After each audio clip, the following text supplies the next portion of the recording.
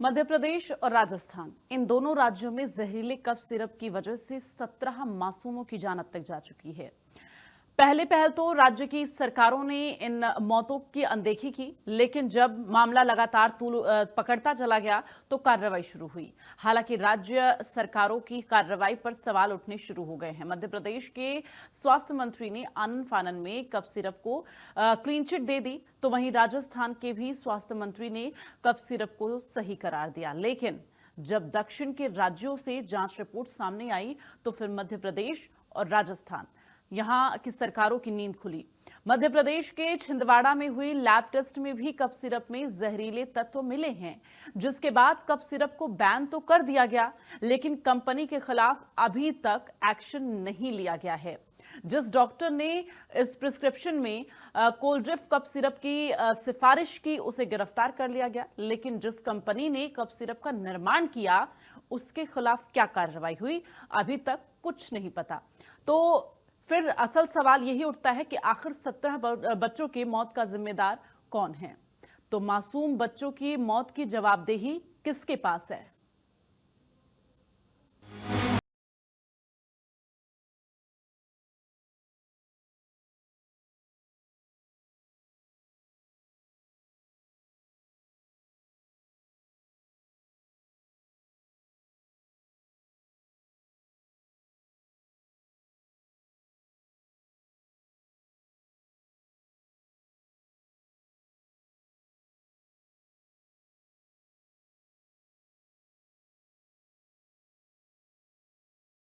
सिफारिश अपने पर्ची पर की, उसे गिरफ्तार कर लिया गया है।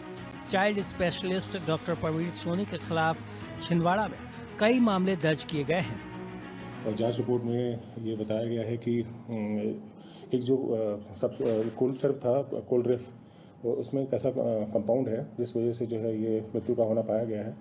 और जो कोल्ड सिरप है उसका लैब टेस्ट भी कराया गया। लैब की जो रिपोर्ट्स भी आई हैं, और लैब रिपोर्ट में डाईइथिलीन ग्लाइकॉल जो है वो एक ऐसा पदार्थ है जो कि परमिसिबल लिमिट से जो है उसमें ज़्यादा पाया गया है।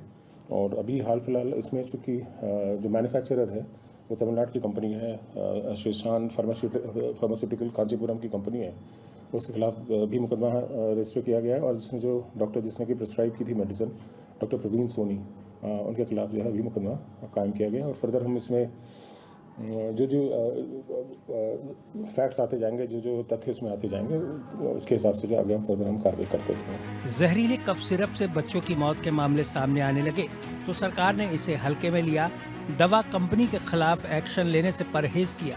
लेकिन जब मौत का मामला तूल पकड़ा तो फिर नींद खुली, जांच शुरू हुई और जांच में चौंकाने वाले खुलासे हुए।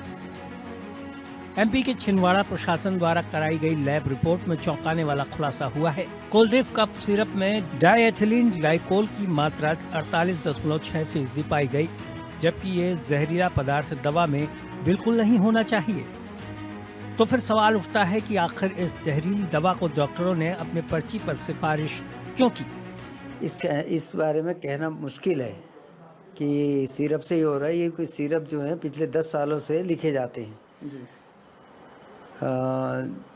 ये जो कोल्ड्रिफ के बारे में जो बात की जा रही है, उसकी जो कंपनी है मोर देन 10 ईयर्स हो गए उसको यहाँ पर काम करते हुए जी।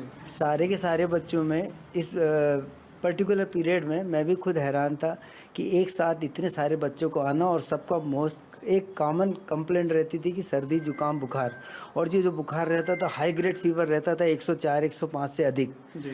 एक सिंपल प्रेजेंटेशन के कारण से मैं भी परेशान था। मैं भी बोलता था कि यार कुछ तो गलत हो रहा है, क्योंकि अचानक एक साथ इतने सारे मरीजों को आना, इलाज कराना, कुछ गड़बड़ है। तो कुछ मेरे मित्रों से मैंने जानकारी लिया तो वो बोलते हैं कि सिर्फ वायरल इन्फेक्शन हो सकता है, इसके कारण से ये चल रहा है। मध्य प्रदेश और राजस्थान में 14 बच्चों की मौत हो गई है, लेकिन असल सवाल तो अभी जिंदा है, जिसका कोई जवाब नहीं दे रहा कि इन मौतों का दोषी आखिर कौन है।